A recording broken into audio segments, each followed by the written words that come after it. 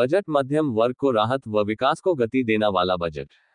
केंद्रीय वित्त मंत्री निर्मला सीतारमण ने बजट पेश किया। इसको लेकर चित्तौड़गढ़ के प्रबुद्ध नागरिकों का कहना है कि बजट मध्यम वर्ग के लिए वरदान स्थापित होगा तथा हर वर्ग को कुछ न कुछ राहत दी गई है। किस प्रकार रहा बजट, क्या कहना है शहर के प्रबुद्ध जनों का। यह बजट जो आज प्रस्तुत किया गया है, जन विश्वास के सहारे विकास की कल्पना को साकार करने का बजट है। इस बजट में आम आदमी को राहत देने का प्रयास किया गया है। तो कृषि सेक्टर, एमएसएमई, एक्सपोर्ट और इन्वेस्टमेंट, इन 4 सेक्टर के सहारे विभिन्न आयामों को मजबूती प्रदान करते हुए विकास को और जो सशक्त भारत की कल्पना है 2047 में, उस कल्पना को साकार करने की दिशा में आज सरकार ने एक दिशा प्रदान की बजट के माध्यम से, और नया इनकम टैक्स बिल ला करके और जिस प्रकार से राहत दी गई है 12 लाख तक की आयकर को मुक्त करना एक अच्छा सराहनीय प्रयास है। और बाकी जो टैक्स स्लैब रेट है, चाहे टीडीएस में कमी की दर हो या नए कानून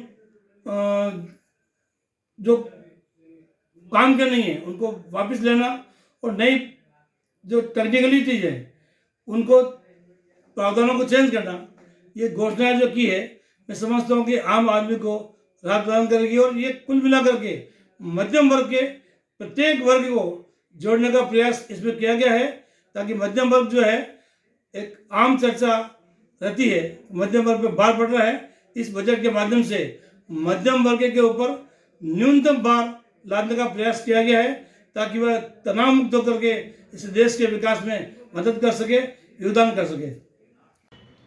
वंदना वजीरानी। वंदना जी, बात करें आज बजट पेश किया गया, कैसे देखते हैं बजट को? आम बजट 2025 जो कि हमारे देश की वित्त मंत्री माननीय निर्मला सीतारमण जी ने पेश किया है, मुझे लगता है यह बजट सभी वर्गों को राहत देने वाला है। बात केवल इनकम टैक्स को कम करने की नहीं है या आय बढ़ाने की नहीं है। इसमें हम बात करी जाए तो गरीब, युवा, मध्यम वर्गीय, महिला सभी को ध्यान में रखते हुए बजट प्रस्तुत किया गया है। बच्चों के लिए, युवाओं के लिए भी डिजिटल किताबों को उपलब्ध कराने की बात कही गई है। साथ ही साथ बच्चे जो कि एलईडी टीवी और मोबाइल को पसंद करते हैं, उनको भी सस्ते करने की बात कही गई है। महिलाओं के लिए उद्यम क्षेत्र के रास्ते खोले गए हैं, वे आत्मनिर्भर बनकर आगे की ओर बढ़ सके। एमएसएमई का रास्ता खोला गया है। किसानों को क्रेडिट कार्ड जो कि केसीसी 3 लाख से बढ़ाकर 5 लाख कर दी गई है। ऐसा कहें कि किसान हो, युवा हो, बच्चा हो, महिला हो, सभी के लिए इसमें रास्ते खोले गए हैं। एक व्यक्ति जिस ओर जाकर अपना रास्ता चुनना चाहता है, उसे उस ओर ही बजट में राहत दिखाई देगी। महिला या ज्ञान का बजट कहा गया है। इस बजट में अच्छे से अध्ययन करने पे पता चलेगा कि इनकम टैक्स कम करने के साथ साथ एमएसएमई का रास्ता है, छोटे स्टार्टअप शुरू करने के लिए सीमा बढ़ाना है, बीमा में राहत देना है, मध्यम वर्गीय को आगे की ओर बढ़ाना है। यानी हर व्यक्ति अपने दिशा को तय करते हुए विकसित बनेगा, तभी यह देश विकसित भारत की ओर जा पाएगा। ओके। मैं सीए डॉक्टर अर्जुन मुंद्रा। अर्जुन जी, बात करें आज का बजट पेश हुआ है, कैसे देखते हैं? आज का बजट निश्चित रूप से मध्यम वर्ग को समर्पित किया जा सकता है, और जिस तरह से मध्यम वर्ग को आयकर में छूट दी गई है, निश्चित रूप से केंद्रीय बजट जो बहुत समय से पीड़ित चल रहा है मध्यम वर्ग, वो बहुत ही अच्छी अनुभूति करेगा। और कैबिनेट मंत्री निर्मला सीतारमण ने केंद्रीय बजट जो पेश किया है और नई नई घोषणाएं प्रस्तावित की है, उसमें देश में शिक्षा, कृषि वर्ग, इंफ्रास्ट्रक्चर, इंडस्ट्रीज, पर्यटन, स्टार्टअप पर अलग अलग तरह की घोषणाएं करते हुए देश में विभिन्न सेगमेंट पर फोकस किया है, और एक मेरा भारत, सशक्त भारत का निर्माण में एक अच्छी भूमिका इस बजट की रहेगी।